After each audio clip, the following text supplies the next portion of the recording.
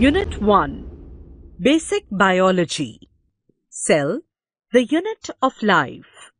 What is a cell? You have learned that biology is the study of living organisms.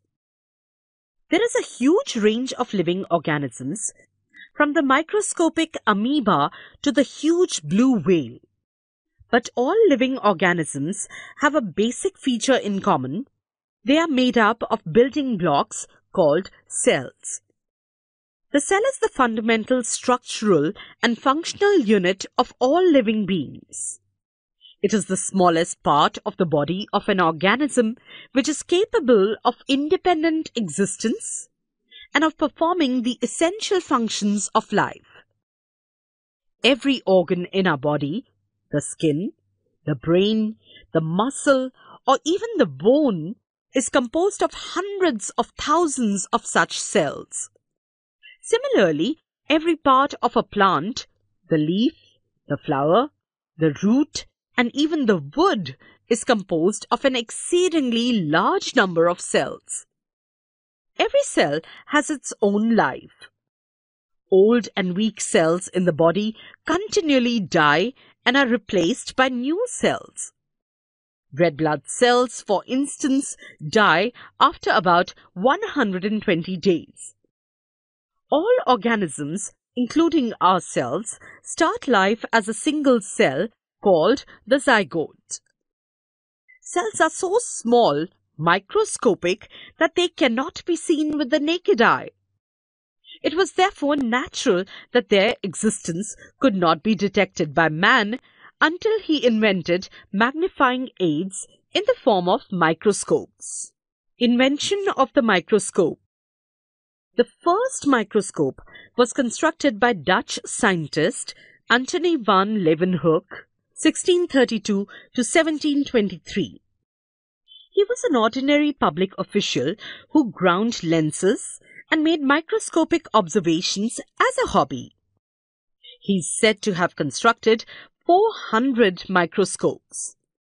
Basically, all his microscopes consisted of a single biconvex lens and were called simple microscopes.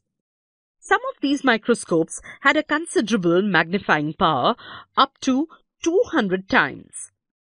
One of Leeuwenhoek's microscopes is shown in figure. In this microscope, the eye was applied close to the lens on one side, and the object was mounted on the needle-like screw point on the opposite side of the lens.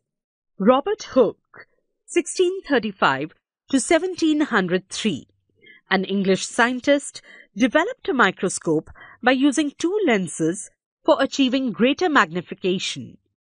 Such microscopes were later known as compound microscopes. In Hooke's microscope, the object to be seen was placed on the stage below, and light from an oil flame was thrown on it by means of a concave mirror. Discovery of cell. Hooke examined a thin slice of cork under his microscope and observed that it was made of tiny box-like compartments piled up together. This reminded him of the rooms or cells of monks in a monastery, and so he said that the cork was made up of cells.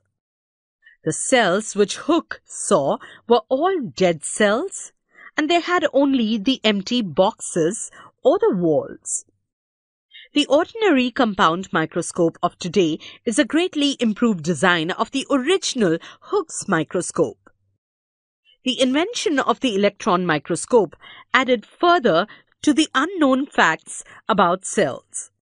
It can give a magnification to over 2 lakh times as against the ordinary compound microscope, which magnifies an object up to a maximum of about 2000 times.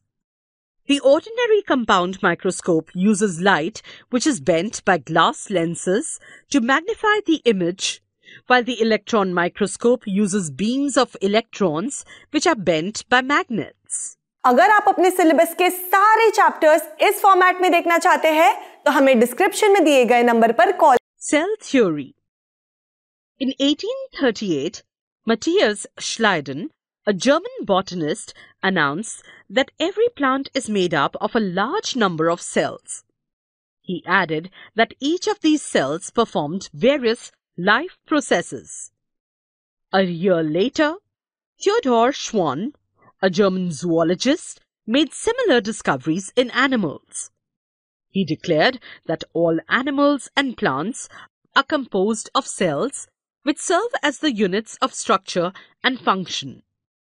This, in short, is called the cell theory, having been proposed by Schwann and Schleiden in the year 1839.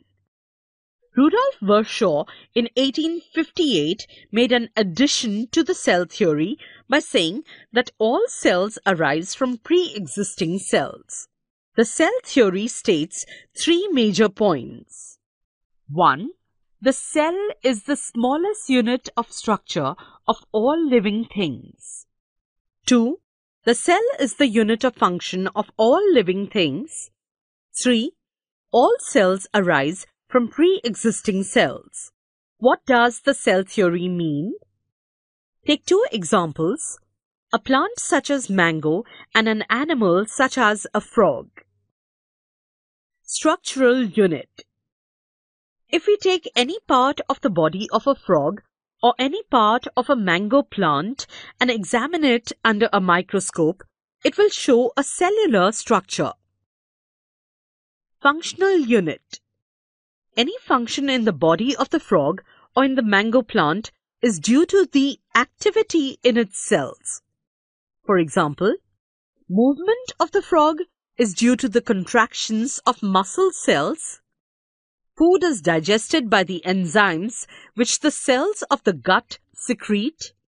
Digested food is absorbed by the cells, and absorbed food is used up in cells by various metabolic activities. In a mango plant, photosynthesis occurs in the cells of leaves.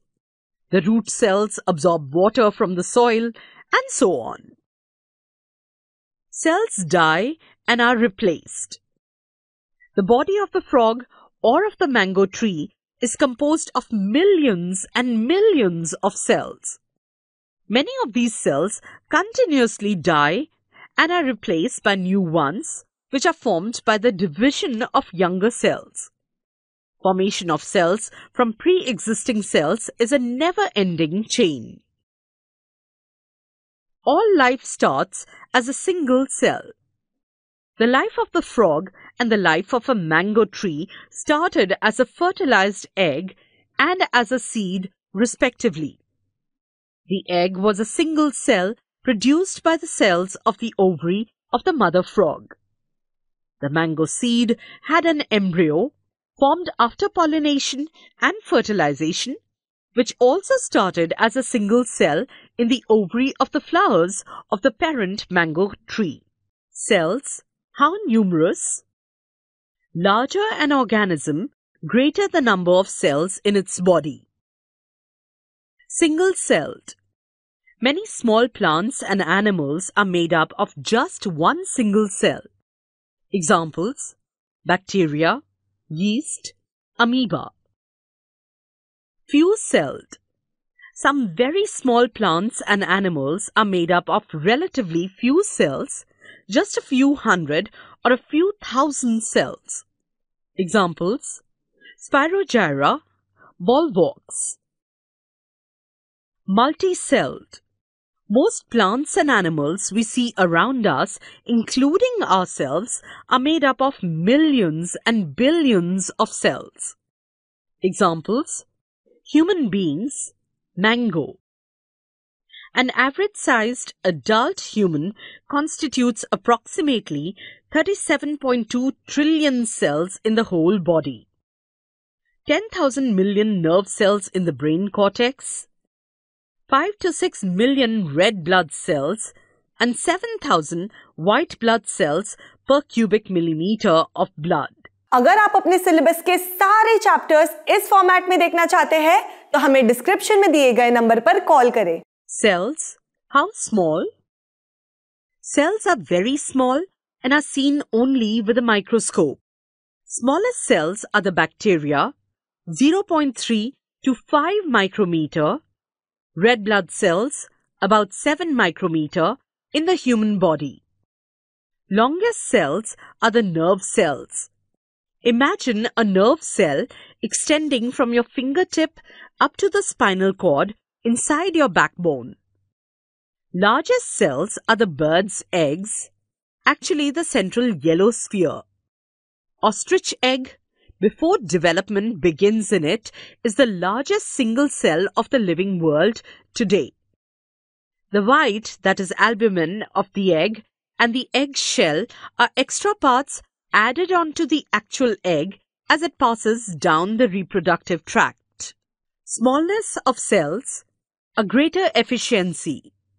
Cells generally remain small in size, and this is so for two main reasons. First, different regions of a cell can communicate with each other rapidly for the cell to function effectively. Second, cells have a large surface area by volume ratio for greater diffusion of substances in and out of the cell.